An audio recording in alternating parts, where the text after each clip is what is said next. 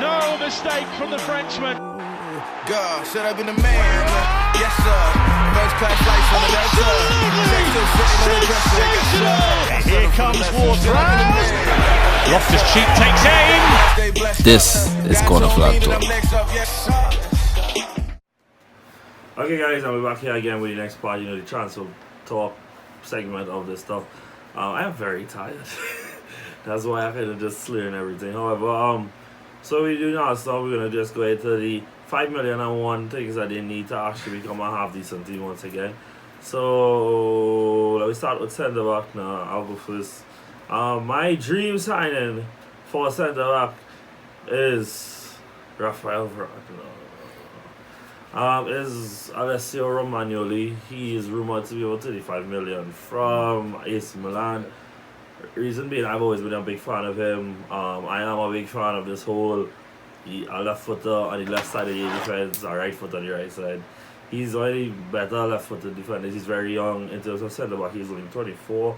And I think he has all the qualities he needs to be somebody that could be in the defense for 5 years. He looks like a leader already. And I think he'd be very complimentary to either Socrates or to Holden. A realistic signing for me would have been Malang Sarr of Nice. He is a physical beast. He is extremely fast, strong, dominant. He is extremely young at 20 years old, and he's rumored to be about 15-16 million. Can be a cheap coup, and I think that would be actually an investment into the future, even if he doesn't right away become a starter. I think he has the potential to be one of the world's better defenders one day. So, yeah, we do. I feel like a dream signing for Arsenal could be, and this may have a little, should be on it.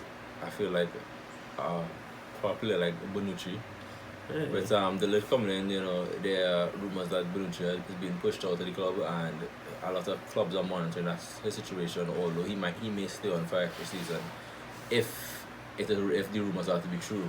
Yeah. But I feel like a player like Bonucci was to come into Arsenal, that might not solve the defensive problem for the long term, but it would put down a marker for what standard they want the defense to be at. Yeah. And I feel like a realistic signing would be, I would say, Bournemouth's Nathan Ake. I feel like they have him set at a realistic price tag, which is max 40 million, but which is negotiable, because I feel like a player like him coming in, a very strong player in the air, you say a left-footed defender.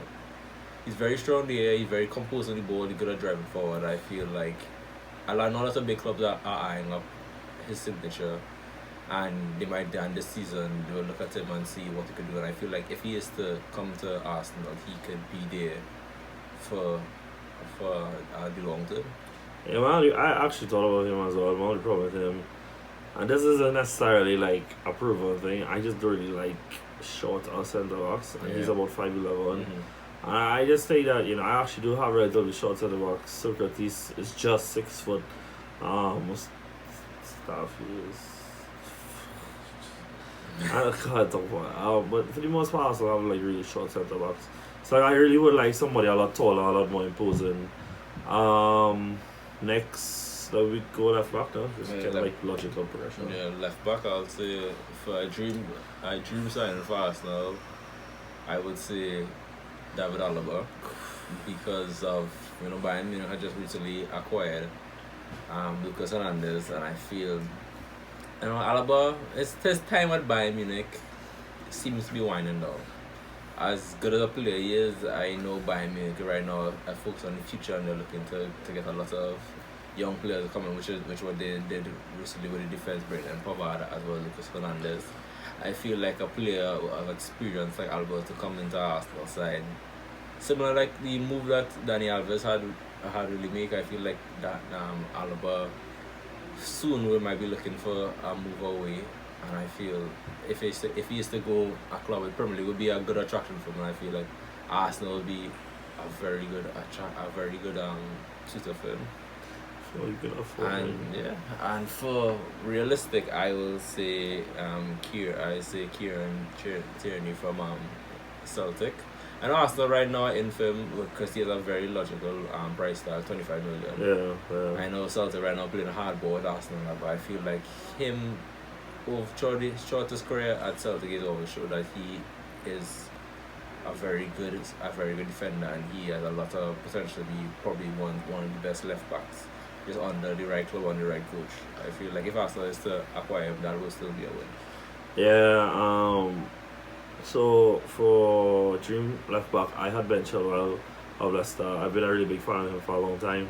I think Arsenal do actually have a little problem in the sense that we don't have a lot of players that are of starting quality that fill our homegrown quota. Now that might change with a really rise in the quality of talent coming through our youth academy, but we do have a slight problem where we don't have a lot of homegrown talent that starts for us, and I really wouldn't mind actually seeing Ben Chilwell come in. I think he, unless Ryan Sessegnon sorts out himself very soon, Ben Chilwell could establish himself as the left back figure for the foreseeable future. And I would not mind having him on the club at all. I think he's phenomenal both ways, really, really good attacking wise. No defender created more chances than him ever since Brendan Rodgers took over, and really got a really good attacking side out of Ben Chilwell, and I saw first time when they beat us 3-0. And realistic as well, I had Kieran Tierney. There's a reason Arsenal is going around him. He making a move from the Scottish League to the Premier League is a logical transition for a British player. Arsenal are looking for a left back, and I think that'll be a suitable job from him. There was a point in time where he was more highly rated than Andrew Robertson until he made an astronomical rise in his ability. And if that is the case, then I could only dream of what Tierney could be. It's just a case of if the club could manage to get his signature on the dotted line. And next we will go on to midfielder. So I really didn't want to call anybody that we were linked to. I really wanted to try and not just look like we just reading off things from the papers and whatnot. But I have been a huge fan of Danny Ceballos for years, since the first Euros or the 21 tournament in 2016 when he paired up with Llorente and Thiago at the time. He was phenomenal in the tournament, one player of the tournament that year, and I remember him being at Betis and had a 15 million release clause. I was like crying out for Arsenal to go and sign him, and Real Madrid did the logical thing and go and snap him up, and now it looks like he's on the move once again. I would love for him to come across. I think he'll be an excellent player to be a ball carrier in the midfield. Could be a potential replacement to Xhaka as well. I don't see us getting him there permanently. However, it would be a dream for me if we do. And realistically, I had two players in Guendouzi and Willock. I think both of them are well placed to step into a more integral role into the team than what they had last year. Both being variant. I think Willock could be more prominent in the first team, whereas I think Guendouzi has the potential to push Xhaka for a starting place. Again, I said in the last episode, there are deficiencies in Xhaka's game that just don't seem to be able to be ironed out, whereas the stuff that Guendouzi is lacking just seems like it'll be a matter of time before he fine-tunes those little things. So I really do like Willock's box-to-box ability, his eye for a pass. Freddie Longwell has been working with him for the last year in the under-23s and looked to have gotten a real goal scorer out of him from midfield, and Arsenal are crying out for a midfielder to replace Ramsey, who was a goal scoring midfielder. So yeah, we have for midfield. For midfield, I would say dream signing. I would say Isco.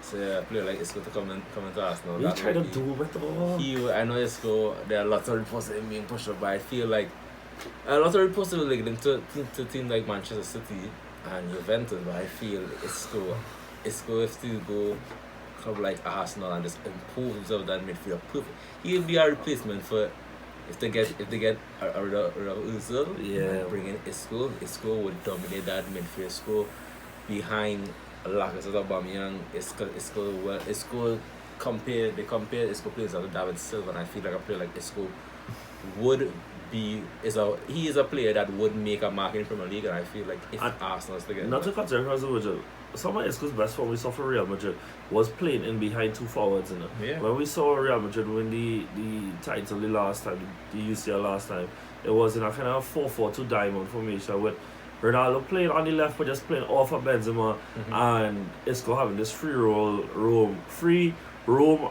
behind the two forwards, and I think he can Not that, Lacazette, I don't know, he's anything close to Ronaldo and Benzema, but he could, emulate that kind of position. You see, now I'm a dreamer, dog. This is trouble, dog. Who's realistic? For realistic, I would say Zelensky from Napoli, rated 40 million. I feel like him being a could play centre mid, could play more attacking, and I know occasionally he can play on wing, but there hasn't been much time he has been played at in Napoli for the last season.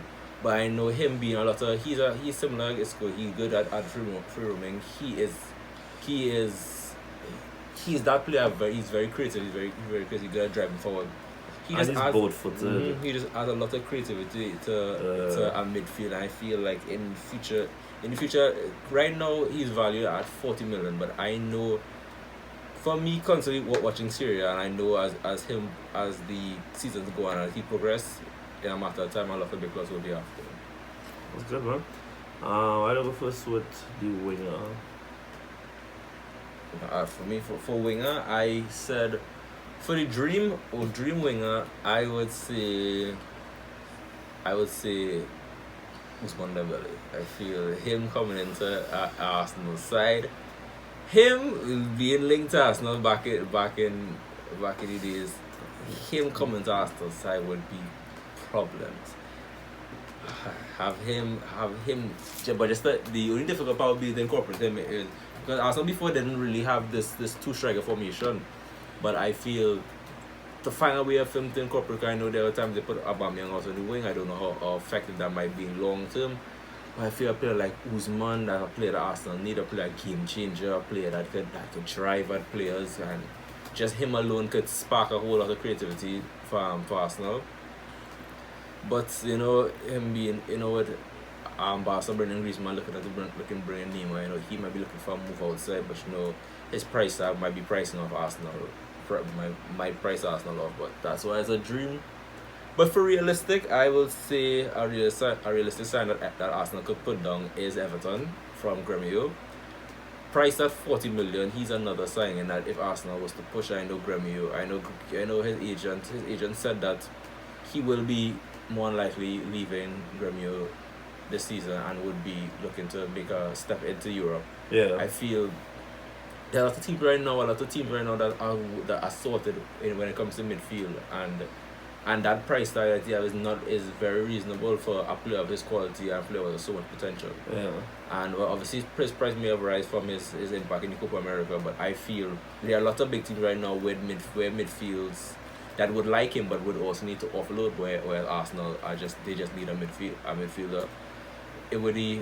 With the acquisition of the funds, if Arsenal is to get that and Arsenal is to push a player like him, I feel like he would add so much different playing style to Arsenal because of him adding to the attack and to the width. I feel like he'll be a wonderful signing for Arsenal. See, we're just pulling up that boy heartstrings here now. Because, if you're going to know, it's a real big Usman Dembele fan now. Somebody just drop all the stats for it, right? When Usman played in Bundesliga with Aubameyang, he finished that season with 10 goals and 21 assists in all competition. And over that year, finished with 40 goals and 5 assists that year. In 46 appearances, he had 45 goals and assists, right? Tom, if Tim could link up a game, oh my God. Anyways, my dream sided, I don't know, this is amazing name, but would have been for me Felipe Anderson. I think he has been really, really good since he's reached the Premier League. He's very, very direct. I don't think his numbers were that fantastic, but I think, he was a very good winger for West Ham in terms of he showed up a lot, he took responsibility, and that's the kind of winger that I wanted, somebody that could drive at players, drive at people, and I think if he steps up, we would see those kind of numbers increase. And the reason I say I put it as a dream and not a realistic is that I don't see it happening price-wise, and I don't see West Ham being willing to just let him go after this one season, because yeah, and West Ham are building. They just bought Sebastian Haller, who for me in the last episode I was saying that that somebody even Manchester United could be looking at. Pablo 4 now as well. And in the Premier League, he had 9 goals, 4 assists. In all comps, there was 10 goals, 5 assists. And yeah, I know that those numbers aren't like screaming off the wall, but I do think that, you know, if he does make the step up, we could see an increase in those kind of numbers, you know. And as a realistic, I had Bukayo Saka and Tyrese John Jules. You will probably not know them because they are academy products of Arsenal. You know, we were just speaking about, you know, defensive recruits, you know, Virgil, and it's not unknown thing that Arsenal's wage and transfer budget is very, very restricted. And I could see, and I would have preferred that we actually, if we had to choose, spend the money on the defense. There isn't nobody that I can see right now in the academy that is ready to make that step up to the Premier League in terms of a defender. However, players like Bukayo Saka and John Jules, with Reece Nelson even coming back on loan, you know, we have these young players who, at least from what preseason show and what they have shown last year, even in the small minutes they have gotten in the Arsenal team, that they are hungry for the moment. Even if they might not be ready, they are ready to fight for it. And we have a ton of young talent right now that are just bulging with potential. And I think we are seeing now, Virgil, that young players are getting ready even younger to play these top level games. And you don't want a case of where Arsenal have to suffer a Jadon Sancho situation where you have these highly rated players and you don't give them the chance to play, and then they go off to Dortmund and go off to the Bundesliga where they are getting game time and their price skyrockets to 9-digit figure, you know, that kind of thing. So yeah, that was mine. I was actually pretty good with that kind of quick. Thanks guys for joining us once again. You know, it's always nice having you guys here. I'm actually looking for Real Madrid fans to come on the show. So if you have reached this far and you know somebody who is, you know, not completely insane, just let them DM me. I'm totally open to it. A Real Madrid fan. I have been looking for a few other fans, and if you know somebody who's actually follow Bayern passionately, just let them DM me. Subscribe and like, because I keep forgetting to say those things. Subscribe. Follow us everywhere: Facebook, Twitter, Instagram, YouTube, Spotify, SoundCloud, and Apple Podcasts. And that's it. Catch you guys on the next episode. Take it easy. See you soon. God, should I been the man? Yes, sir. First class flights on the Delta. Check still sitting on the dresser. Yes, sir. I settled for the lesson. Should I been the man? Yes, sir.